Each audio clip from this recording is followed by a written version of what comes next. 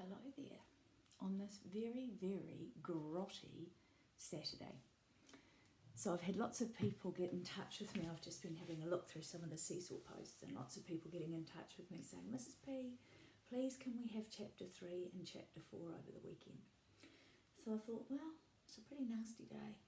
So I thought, right, I'm going to sit down here in my office and I'm going to read another couple of chapters. How's that? So, here we go. The next morning, in great excitement, all the farmers gathered together to go along to examine their trap. They came carefully closer, expecting to see his hands tearing at the edge of the pit. They came carefully closer. The red lorry stood just as they had left it. The soil lay just as they had left it, undisturbed. Everything was just as they had left it. The Iron Man had not come, nor did he come during the day. The next morning all the farmers came again, but still everything lay as they had left it. And so it went on, day after day, and still the Iron Man never came. Now the farmers began to wonder if he would ever come again. They began to wonder if he had ever come at all. They began to make up explanations of what had happened to their machinery. Nobody likes to believe in an iron monster that eats tractors and cars. Soon, the farmer who owned the red lorry they were using as bait decided that he actually needed it, and so he took it away. So there lay the beautiful deep trap without any bait, and grass began to grow on the loose soil. The farmers talked of filling the hole in. After all, you can't leave a giant pit like that. Somebody just might fall in. Some stranger coming along just might walk over it and fall in. But they didn't want to fill it in. It had been such hard work digging it. Besides, they all had a sneaking fear that the Iron Man might come again, and that the hole was their only weapon against him. At last, they put a little notice, "Danger, keep off," to warn people away, and they left it at that. Now the little boy, Hogarth, had an idea. He thought he could use that hole to trap a fox. He found a dead hen one day and threw it out onto the loose soil over the trap. Then towards evening he climbed a tree nearby and waited. He waited for a very long time. A star came out and he could hear the sea. Then, there standing at the edge of the hole was a fox, a big red fox, looking towards the dead hen. Hogarth stopped breathing, and the fox stood without moving, out towards the hen, but he did not step onto the trap. Slowly he walked around the wide patch of raw soil till he got back to where he started, sniffing all the time towards the bird. Was he too smart to walk out there where it was not safe? But at that moment he stopped sniffing. He turned his head and looked towards the top of the cliff. Hogarth wondered what the fox had seen, and he turned and looked towards the top of the cliff too. There, enormous in the blue evening sky, stood the Iron Man on the top of the cliff, gazing towards the land. In a moment, the fox had vanished. Now what? Hogarth, carefully, quietly, hardly breathing, climbed slowly down the tree. He must get home and tell his father. But at the bottom of the tree he stopped. He could no longer see the Iron Man against the twilight sky. Had he gone back over the cliff to the sea? Or was he coming down the hill in the darkness under that high skyline towards Hogarth and the farms? Then Hogarth understood what was happening. He could hear a strange sound. The Iron Man was pulling up the barbed wire fence that led down the hill, and soon Hogarth could see him. As he came nearer, tearing the wire from the fence posts, rolling it up like spaghetti and eating it, the Iron Man was eating the barbed fencing wire. But if he went along the fence eating as he moved, he wouldn't come anywhere near the trap, which was out in the middle of the field.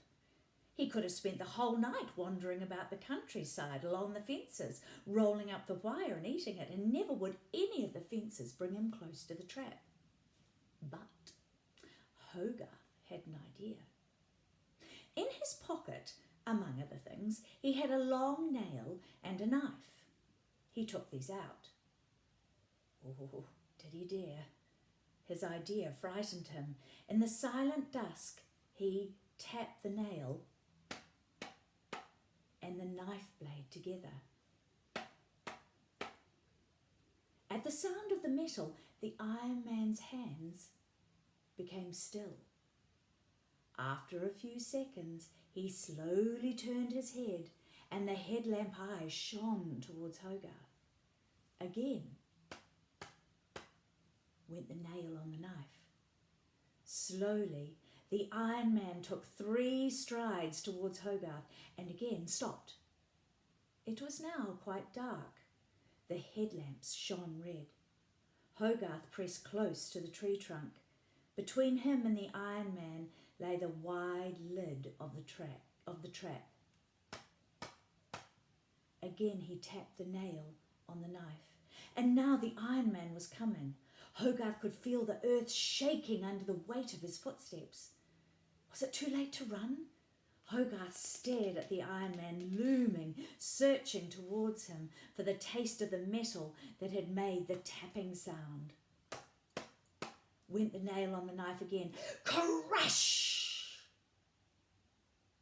And the Iron Man vanished. He was in the pit. The Iron Man had fallen into the pit. Hogarth went close. The earth was shaking as the Iron Man struggled underground. Hogarth peered over the torn edge of the great pit. Far below, 2 deep red headlamps glared up at him from the pitch blackness. He could hear the Iron Man's insides grinding down there, and it sounded like a big lorry grinding its gears on a steep hill. Hogarth set off. He ran home with the great news, and as he passed the cottages on the way, and as he turned down the lane towards his father's farm, he was shouting, "The Iron Man's in the trap!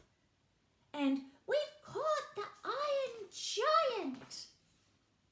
When the farmers saw the Iron Man wallowing in their deep pit, they sent up a great cheer. He glared up towards them. His eyes burned from red to purple, from purple to white, from white to fiery, whirling black and red, and the cogs inside him ground and screeched, but he could not climb out of the steep-sided pit. Then, under the lights of the car headlamps, the farmers brought bulldozers and earth pushers, and they began to push in on top of the struggling Iron Man, all the earth they had dug when they first made the pit, and that had been piled off to one side. The Iron Man roared again as the earth began to fall on him. But soon he roared no more. Soon the pit was full of earth. Soon the Iron Man was buried silent, packed down under all the soil, while the farmers piled the earth over him in a mound and in a hill. They went to and fro over the mound in their new tractors which they'd bought since the Iron Man ate their old ones, and they packed the earth down hard. Then they all went home talking cheerfully. They were sure they had seen the last of the Iron Man. Only Hogarth felt suddenly sorry. He felt guilty. It was he, after all, who had lured the Iron Man into the pit. Well, my little Zoomers, I wonder if this is the last that we're going to see of our friend the Iron Man. And I know my class know the answer to that, but they don't know what happens after that. So, little ones, I will put another one up tomorrow. I hope you're having a nice time snuggling up inside on this awful day, and I look forward to seeing all your lovely faces on Monday morning.